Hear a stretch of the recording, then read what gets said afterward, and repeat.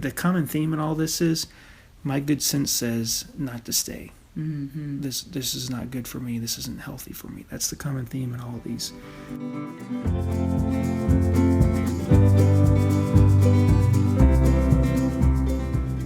Have you been wondering how to break free from the affair once and for all?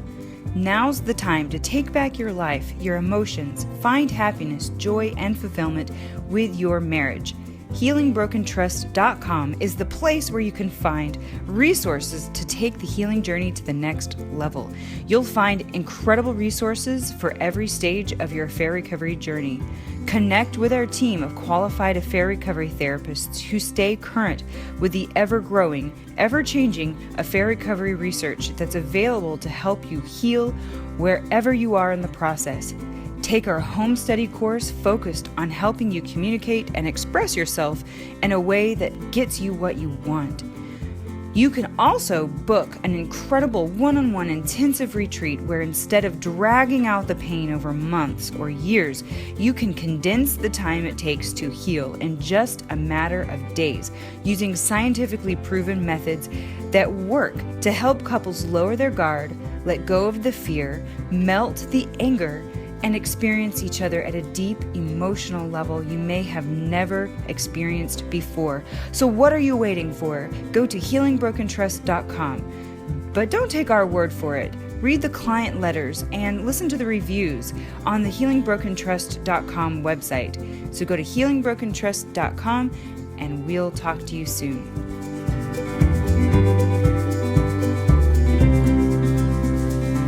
Welcome to the Healing Broken Trust podcast with Brad and Morgan Robinson. Today we're talking about wounds that do not heal. Brad, are there actually wounds that don't heal?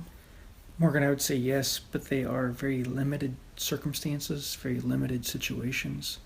And I want to say this as we get started. Not everybody who experiences one of these four things that I'm going to describe wouldn't be able to heal from it.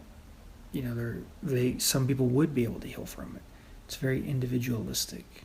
And so some people wouldn't be able to heal, while others would be able to heal. Okay, so there's something about the individual couple that makes them more resilient or less resilient in some ways? And I think that, a lot of that has to do with maybe the individual background of the person being betrayed, the quality of the relationship, before the infidelity, the level of effort going into repair after the affair, the climate of the marriage before the affair. A lot of different things go into this, but these are things that I have noticed with couples that they're big deals, but I would say most people are able to be helped. Okay. So like 99% of everybody listening is not going to have gone through a situation like this. It's too big to help. Yeah, that's too big to help. And so if you think you're this, most likely you're not. Right, and because most people think, man, if they cheat on me, I'm not, we're not going to make it. This isn't going to work. I'm not going to stay with them. But truly, when it actually happens to them, that feeling of it's not going to work kind of goes out the window. Yeah. For many different reasons. So people will think that they fit into the category of, this is not going to work, or, it's too big to heal or too big to work on. But truly, that's not the case for a lot of people. So let's jump into what wounds are too big to heal and what makes somebody less resilient. Okay. So the first is when their life is put in danger because of the affair, like contracting a deadly disease, like an STD or STD that produces cancer, HIV, things like that.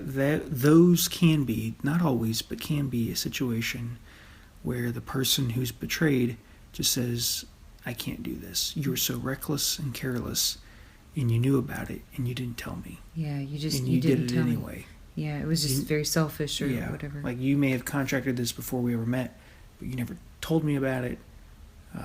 You put my life in danger.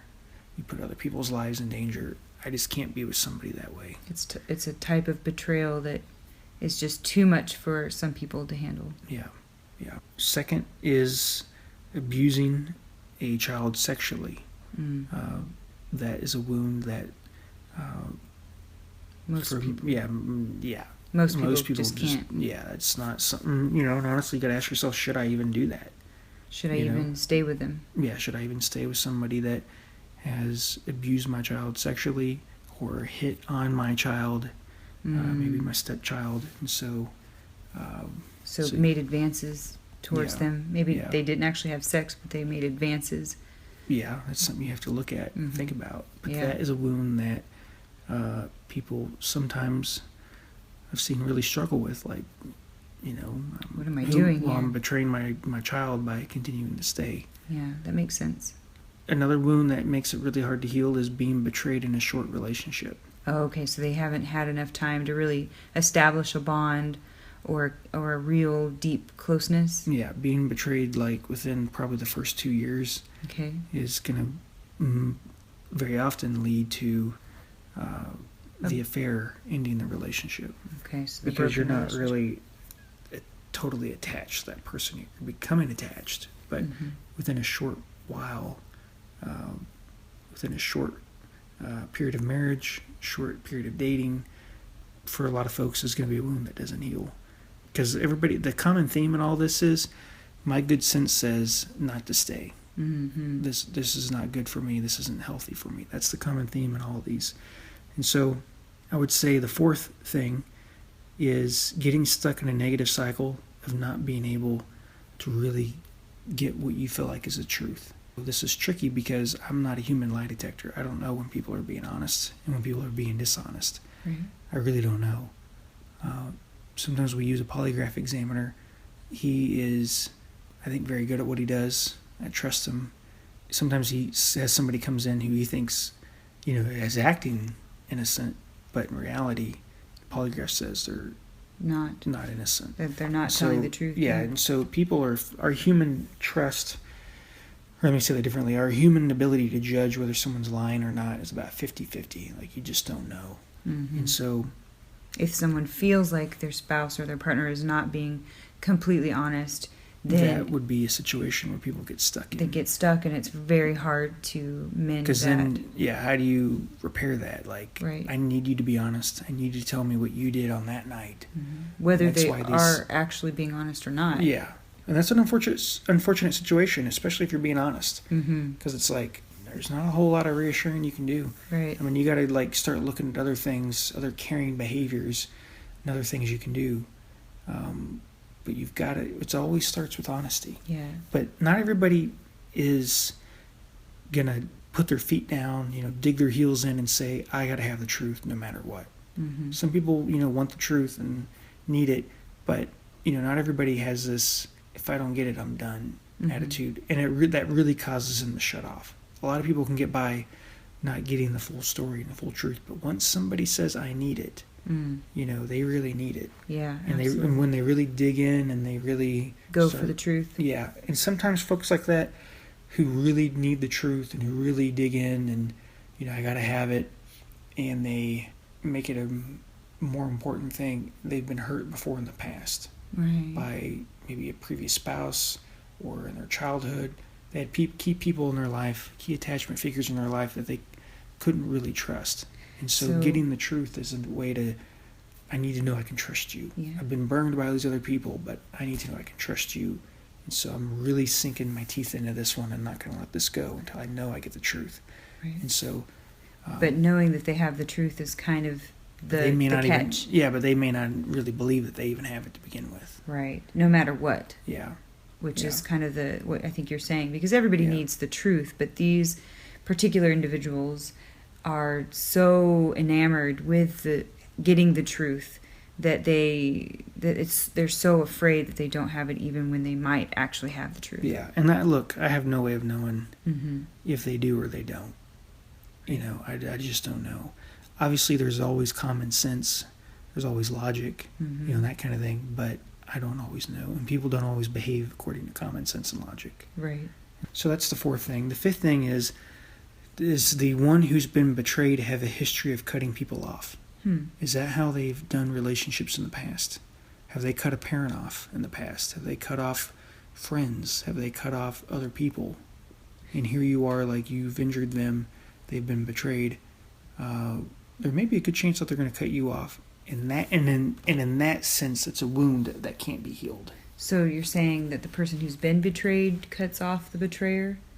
Yeah. And that's just the way that they deal with hurts. They just cut it out of their life. They just avoid it completely, cut people out. They've learned that as a way to cope and deal with stress and difficult people. So that is one way. And then I guess the final way, and there may be others, obviously, but it's kind of like a final straw event. It's an event that's the final straw. It's like it's been happening for this long. This has been a repetitive pattern. I see this with sex addiction because that tends to be very repetitive. Tends to happen, without really getting help with that. It tends to continue. And so sometimes sex addiction tends to be a wound that just cannot heal. Because it's repetitive and they're not getting help for it. Okay. And it's the final straw. Gotcha. So I've been with you, you've done X, Y, Z. None of this has to be fatal. Right. Obviously, some of this is going to be like child abuse because people start wondering, like, why am I with you? What is wrong with me that I'm still here? I'm betraying my own child. What kind of parent am I to let you still be here with me? That's probably going to be the most fatal. But these tend to be the things that cause people to not. These are injuries that people really, honestly, it's not that they can't heal from them. What causes people to do is it causes them to question their judgment. What is wrong with me if I'm still here going through this? Now everybody says that to a degree. Right. But I'm talking about like this is a whole different level. This isn't like, what am I doing here? You just cheated on me, and I thought we had a good marriage and he's been a good guy, or this is like a whole different level than what most people have experienced. And I've only encountered this out of, I don't know, gosh, of all the couples I've worked with, we've worked with a lot. Maybe 50. Maybe that fit this mold, less than 50. Okay. I'm thinking like probably 10. With like the abuse piece. Yeah, I've had that happen a couple times. I've had the life in danger because of the affair, contracting something that could kill me. I've had that happen a couple times. Being betrayed in a short relationship, I've had that happen. Obviously, that can happen quite a bit. Getting stuck in a negative cycle where we're not able to get out of it because I can't trust you, that's actually common, but I only see that a handful of times a year or two. But all of these are not super common. Maybe final straw could be common. Yeah. That I might see. So what I'm trying to say is I don't want everybody listening to this thinking like, this is us. You cheated on me, you son of a gun, and I can't get over this. You don't know until you're really working with the right help. Right. And you're working with a seasoned pro, and you're working with somebody who's really an expert in affair recovery. Right. And so you don't really know. Now, you don't really know until you try to work on it. Right. And so this podcast is really about hope. It's really a message of hope that you can work through things. Absolutely. And so if you're even if you do fall into one of these categories, it doesn't mean gloom and doom. It doesn't mean you're totally over. Because there's a whole lot of other things that have to take place. Yeah, a lot of different factors, a lot of different decision-making points that people have to make. And so it's really individualized. I mean, it's based on the couple. But this is what you've seen that people have gone through that has made it very difficult and for some impossible to overcome. So with that, I would say you guys can heal through this. You guys can work through this. It's actually not mission impossible. It's really a matter of getting the right help. That's why we have coaching. That's why we do retreats. That's why we have these different options available for you guys. And so we're here to serve you, and you can do it. Yeah. And you can visit our website, healingbrokentrust.com, to learn more about how you can partner with us to help you heal your relationships. That's healingbrokentrust.com. So until next time, thank you for listening. Bye-bye. Are you ready to take the next step? Go to healingbrokentrust.com and schedule your one-on-one coaching call today. That's healingbrokentrust.com.